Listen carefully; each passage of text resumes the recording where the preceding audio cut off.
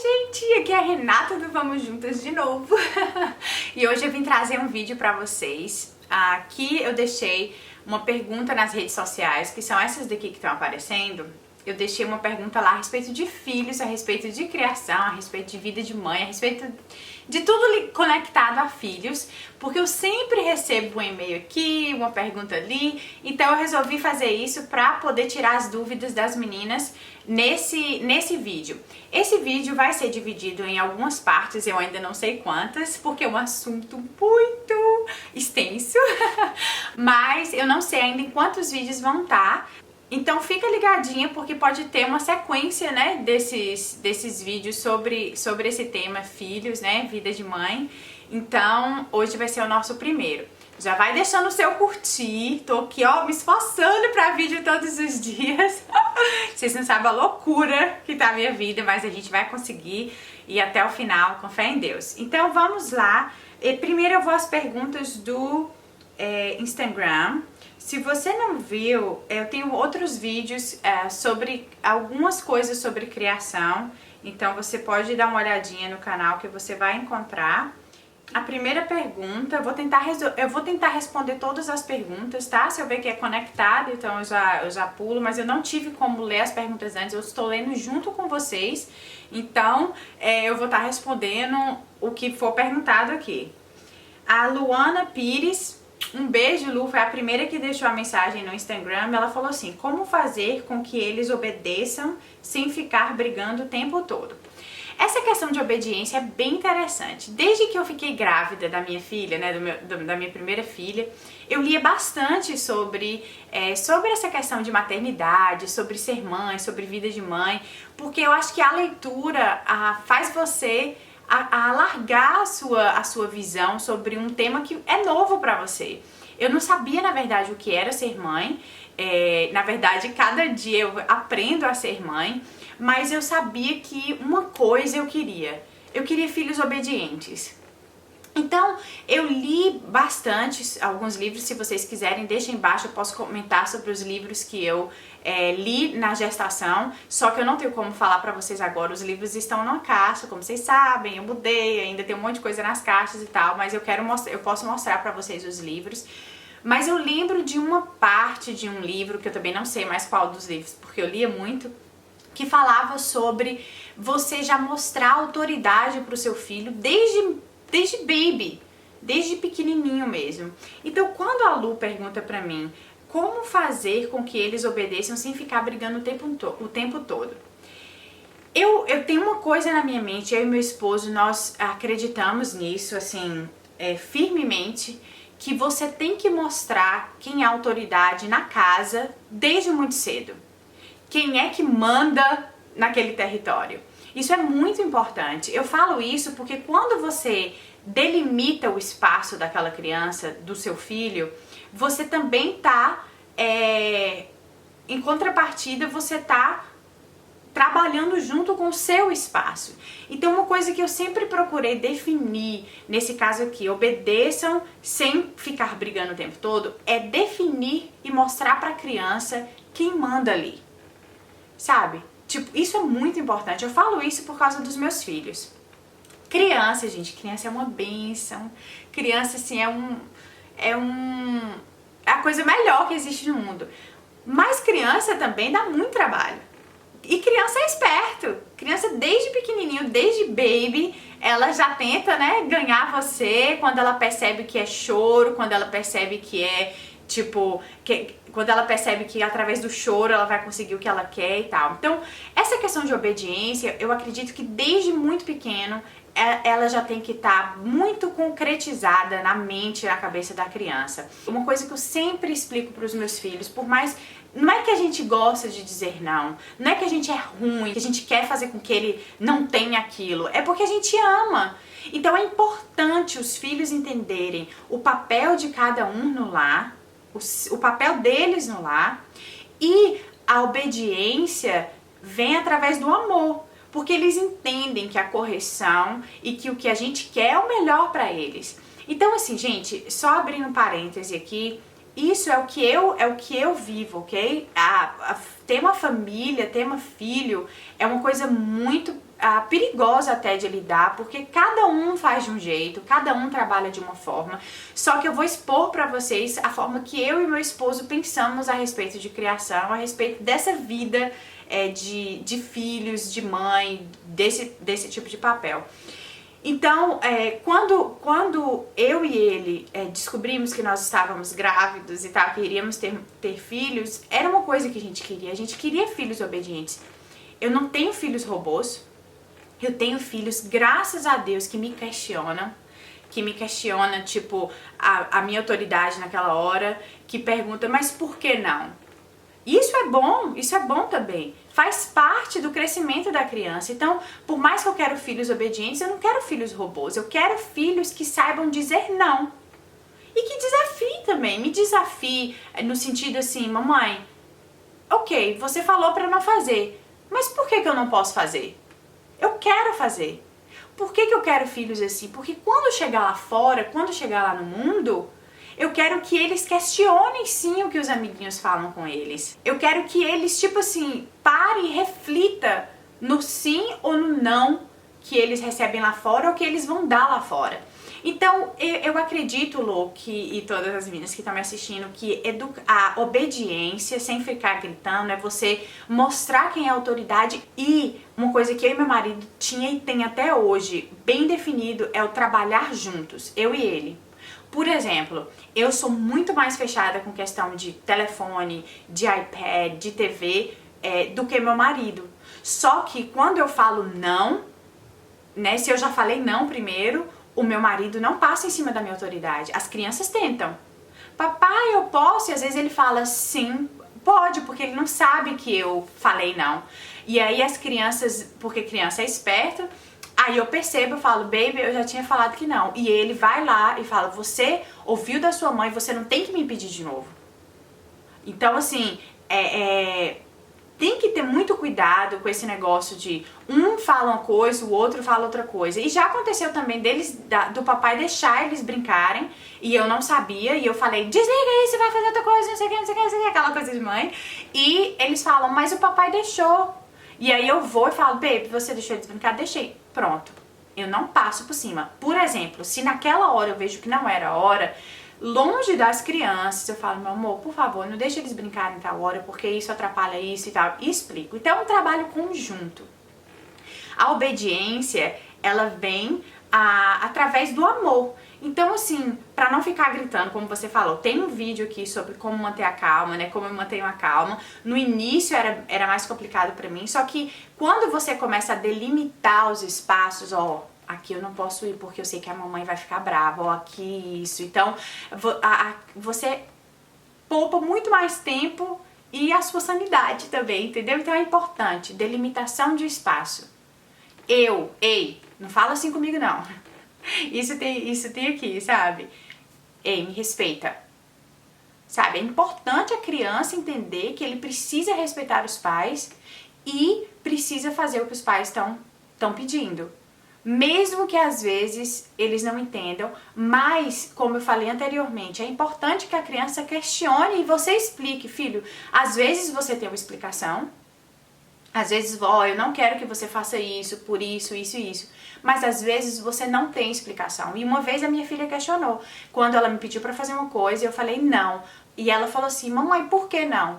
E eu falei, por que não? Você não vai fazer isso.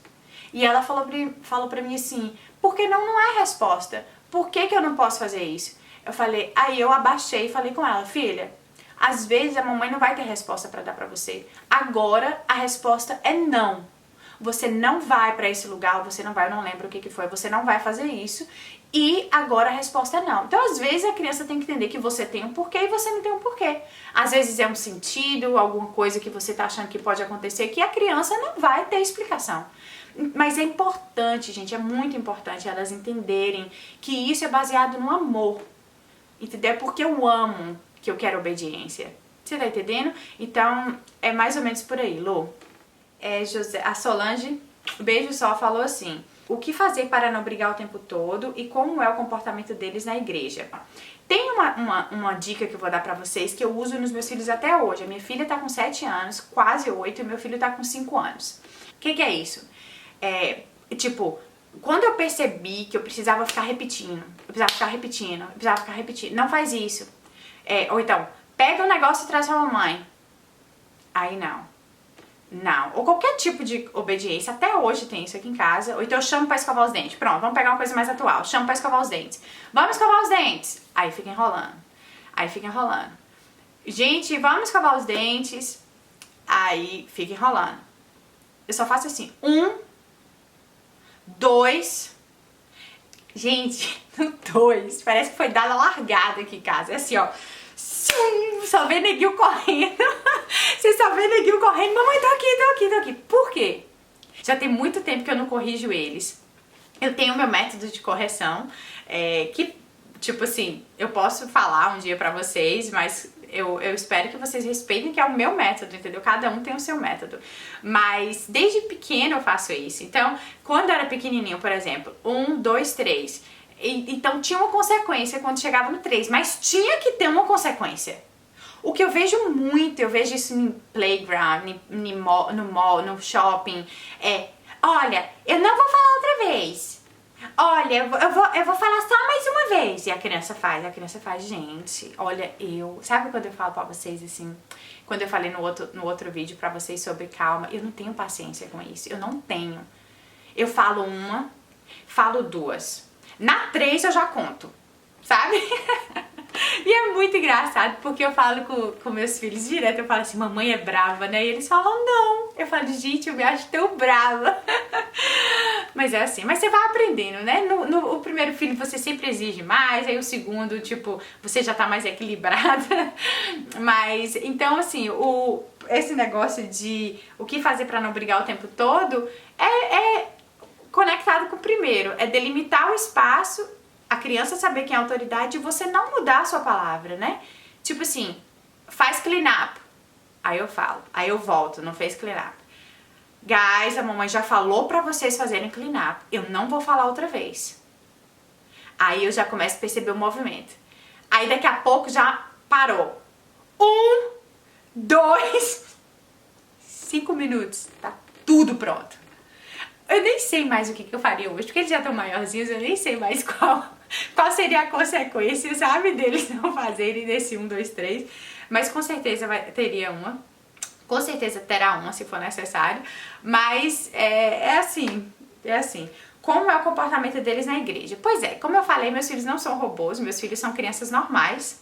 Desobedecem, fazem, tipo, alguma coisa que não deve, mas eles sabem, e eu já deixei claro pra eles, que igreja não é lugar de brincar, de correr, de conversar. Na hora do culto, eles se sentam do nosso lado, né, na igreja, eles sentam do meu lado, do lado do meu marido.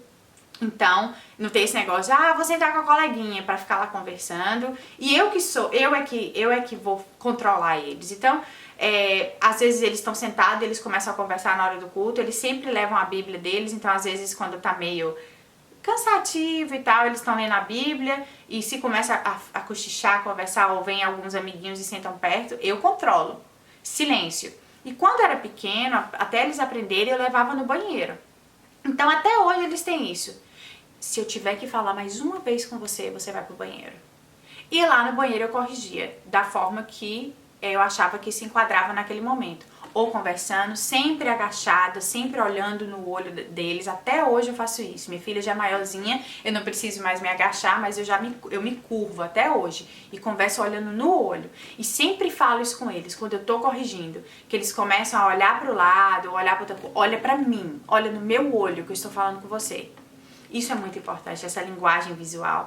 E eu e eles, a gente já tem uma linguagem corporal, que é o olhar. Então, às vezes, eles estão sentados, vieram amiguinhos, estão sentados com eles, estão conversando, ou eles estão conversando, né, tá aquela coisa, eu só olho, eu viro, olho, e eles já, sabe? Então, a gente tem essa linguagem, né, visual, eu só olho, ou então, vamos supor, eles estão no parquinho, estão fazendo alguma coisa, então, tipo assim, estão na casa de alguém, estão entrando no quarto de alguém, subindo na cama de alguém, eu só olho. E eles já conhecem o meu olhar. Então é assim, é vocês se conhecerem, é seu filho conhecer você, você conhecer o seu filho, isso é muito importante. A Vanessa falou assim, Beijo, Vanessa. Quero saber se quando seus filhos tinham a idade de 2 anos, você já tinha essa sua administração de tempo que tem hoje. Beijo, fica com Deus. Não. Cada fase é uma fase. Inclusive, eu já falei sobre isso, né, de fases aqui também no canal, no vídeo sobre depois das férias, né, o que aconteceu, foi sobre rotina, acho que foi sobre rotina, é um vídeo sobre rotina que tem no canal.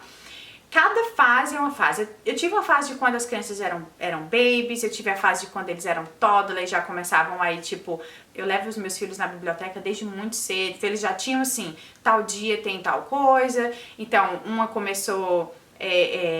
uma atividade, tipo, com 3 anos a minha filha começou balé, então assim, cada tempo a minha rotina muda. Então agora, não é uma coisa presa, é impossível, seria impossível pra mim ter a mesma rotina de quando eles eram de 2 anos, entendeu? A questão de administração de tempo partiu da necessidade que eu senti de me administrar melhor pra ter mais tempo com eles e dar conta de tantas coisas. Então isso veio no decorrer do período, eu não lembro exatamente com quantos anos, eu não lembro com quanto tempo tinha, mas isso veio no andar da carruagem, entendeu? A Bruninha, beijos Bru, tenho muito medo de engravidar. Como foi esse processo pra você? Sentiu medo no momento do parto e de tudo? Moro com meu marido numa cidade longe da minha família. Quando eu e meu marido engravidamos da nossa primeira filha, nós não planejávamos. Então foi uma surpresa. Mas eu vou ser bem sincera com você, Bru, eu não tinha medo não, a gente tava passando por algumas fases, eu posso contar pra vocês isso depois, mas eu não tinha medo, assim, do parto e tal, eu tive problema nas 2 gestações, então, assim, os medos que eu tinha era ligado a esses problemas, então, assim, mas essa questão, assim, de tudo, assim, eu só pedi a Deus, como eu falei num outro vídeo também aqui, que é sobre quando meu marido me perguntou se eu confiava mesmo em Deus, que tem um vídeo aí embaixo, que é ligado a essa questão de filhos. O meu medo era do mundo, assim, era de conseguir transmitir pra eles o amor de Jesus, de conseguir fazer com que eles amassem a Jesus, né, esse é o meu maior anseio como mãe, de ter os meus filhos nos pés do Senhor. Então, esses eram os medos, assim, né? Será que eu vou dar conta? Será que eu vou conseguir transmitir Jesus para eles? Será que eu vou conseguir fazer os meus filhos enxergarem Deus, enxergarem a Jesus? Mas questão de parto, essas coisas, eu tinha um pouco de medo por causa dos problemas que eu tinha, mas isso também foi no decorrer da gravidez. Meu Lar com Amor, um beijo, amor, ele falou assim: como faz o devocional com eles? Eu tenho um vídeo completo de devocional, também vou deixar linkado aqui embaixo. Se eu não deixar linkado, que às vezes eu esqueço, gente, porque é tanta coisa durante o vídeo que às vezes eu acabo esquecendo, vocês podem procurar Devocional Vamos Juntas, que vai sair o vídeo no canal do YouTube sobre esse tema, eu explico. Atualmente, com os meus filhos maiores, com as atividades e tudo, a gente não faz mais daquela forma direto, tipo, a gente não tem mais como fazer muitas vezes. Eu tento fazer uma vez por semana, uma vez a cada 15 dias, só que por mais que a gente não faça daquela forma que toma assim, mais tempo e tal, que era quando eles eram menores, eu fiz isso, eu consegui fazer até o ano passado. Eu leio a Bíblia com eles todos os dias, a Bíblia deles, não é a Bíblia minha, não é a Bíblia deles, com figurinha. Ontem mesmo a gente estava lendo e estudando sobre o Sermão do Monte. E foi bem legal, assim, a gente senta na cama e a gente lê, a gente conversa. Eles ficaram encantados com o Sermão do Monte, né? Bem-aventurados que choram e bem-aventurados. Então eles ficaram assim, nossa, e eu explicando cada ponto pra eles. E depois a gente conversa um pouquinho sobre aquilo, isso antes de dormir. E aí eles oram, eu oro, a gente tem aquele momento assim, nosso devocional hoje é mais assim, mas pelo menos uma vez, 2 vezes por mês, ou 3 vezes por mês, a gente para fazer algum projetinho, alguma coisa. Eu gosto muito de estudar com ele. Agora, nessa fase deles, a gente está estudando muito os personagens da Bíblia. Então, a história de José, o que foi José, porque eu quero que eles entendam que essas pessoas que estão na Bíblia passavam pelas mesmas necessidades que a gente. Eram pessoas de verdade, fizeram boas escolhas, outros fizeram escolhas ruins. Então, hoje eu sou a nossa devocional mais voltada para isso. A Silmara...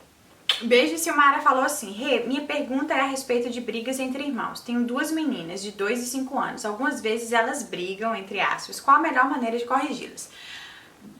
Irmão brigar, eu falo assim, uma das melhores coisas de ter irmão é poder brigar, né?